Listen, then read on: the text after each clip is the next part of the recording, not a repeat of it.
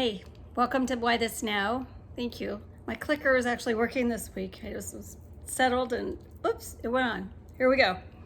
Today, this week, we're talking about shame. Shame's the liar. Now, we've visited shame before on a April 26th video that I did, and I had a lot of response, and so I'm revisiting it a little bit and breaking it down just a little bit more. And also because shame is one of those emotions that's so powerful with our self-identity, but it also keeps revisiting us. No matter how much we think we have worked through and broken it down and identified, we have to keep reminding ourselves of the steps that we have to do to make sure that shame does not become our identifier. So some of the things that I was talking about and last time, and then I'm elaborating more this time, it's one of the things that shame is, it's that stinking thinking that goes on in your brain. And the feelings that we get from shame, those feelings are liars. And that's what we have to do, is that identify that the lie about what shame tells about our character and about who we are and our value is not truth. That is not truth. So that's the first thing we have to do, is identify that.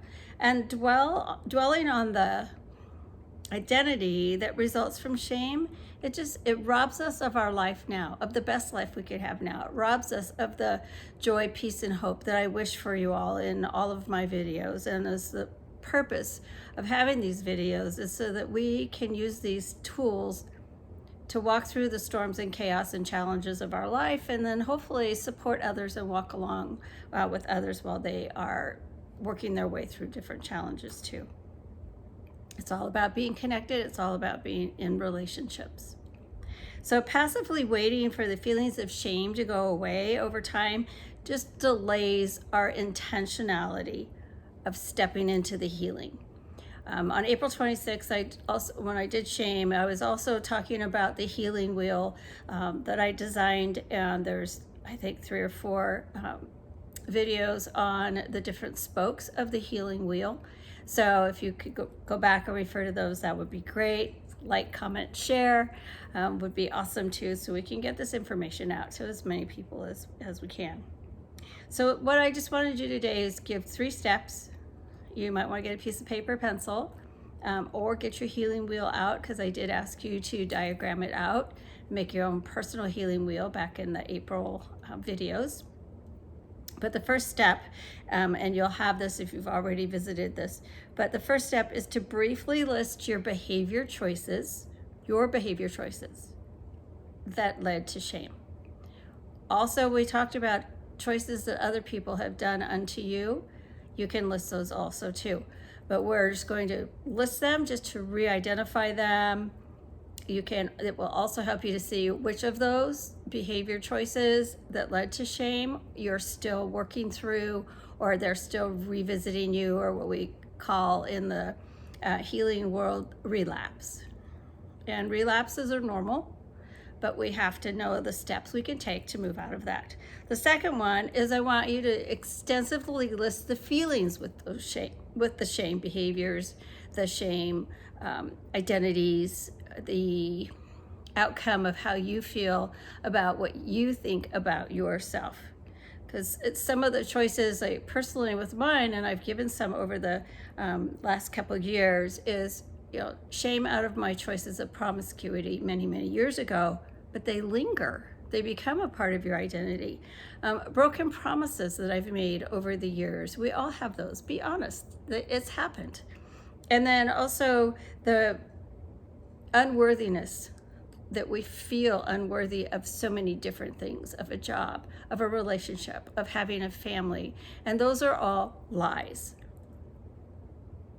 We want to then, thirdly, take those feelings that we've listed, and you don't have to do all of them, just take a couple, because it can be overwhelming, and then examine if the feelings are continuing to shape your identity. Which of those feelings are strongest right now, and how they're affecting you, how you live your life?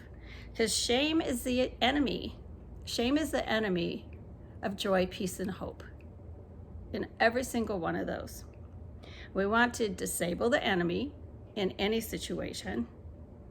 And these 3 steps will help you. And remembering that the enemy is the father of lies. And if the enemy is father of lies, then feelings that come out of those lies are also not truth. So what you have to remember, and you go back to combat the enemy and to combat the lies, is remember the truth about yourself. The truth is you're a treasured and planned creation. You are treasured by your Creator. You were planned by your Creator. You were also preordained, predestined, whatever you want to say it, that your Creator, God, said, I'm going to create this person for this time in this history. I'm choosing that person. I'm going to choose to create that person.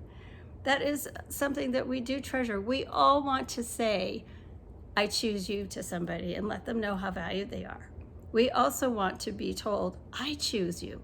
I will keep choosing you. I will always choose you. And that is the only thing that God will ever say to you. You cannot do anything to disappoint him so that he says, never, never, never, never. You are the treasured possession by God. I want you to remember that when the enemy wants to come and steal your joy, truth, and peace. So one of the things that I always go to, and I've shared this before, is I go to Scripture. You can go there if you want, you don't have to, but I encourage you just to step out, and if it's out of your comfort zone, try it anyway. That's what I'm on my past videos, when you're fearful, try it anyway. So so here's some, you can write them down. Deuteronomy, it's a long word, D-E-U-T, and then you can Google it if you don't have a Bible handy. Chapter 7, verse 6, and it talks about how you're treasured by God. Psalm, P-S-A-L-M, Psalm 40, verse 5, and it talks about the plans he has for you. He's got a plan. Who doesn't want a plan? How many times do you say, why is this happening now? My plan is a mess. What do I need to do? His plan. That's the answer, his plan. Ephesians, EPH, just put that into Google if you don't have a Bible. Ephesians chapter 1, verse 4. And this is the whole passage to verse 10 is super powerful, but I want you to read it for yourself and pick out the pieces, pick out the words that speak to your heart. And what I wrote down here is that he chose us. We are created. We're chosen. He wants to lavish his love on us. We are his pleasure. And he wants to show us what his purpose is. And he says we are his people. And as his people, we have been given the charge to bring everything together on earth. It's not out of our control. So we as a people, as we join together and we understand that we have a purpose and a plan that he, our Creator, has given us because he wants to lavish love on us so much that we can do this together. And in this, there's no room for shame. In this plan and this purpose and this together, there's no room for shame. And the more powerful words is, he chose you. He says, I choose you. I choose you. So I hope this helps you today. I hope this encourages you no matter where you are in your why this now. And as always, always, always, I wish you joy, peace, and hope as you journey in your why this now, figuring out your purpose, your plan, and being lavishly loved. Thank you. Until next time.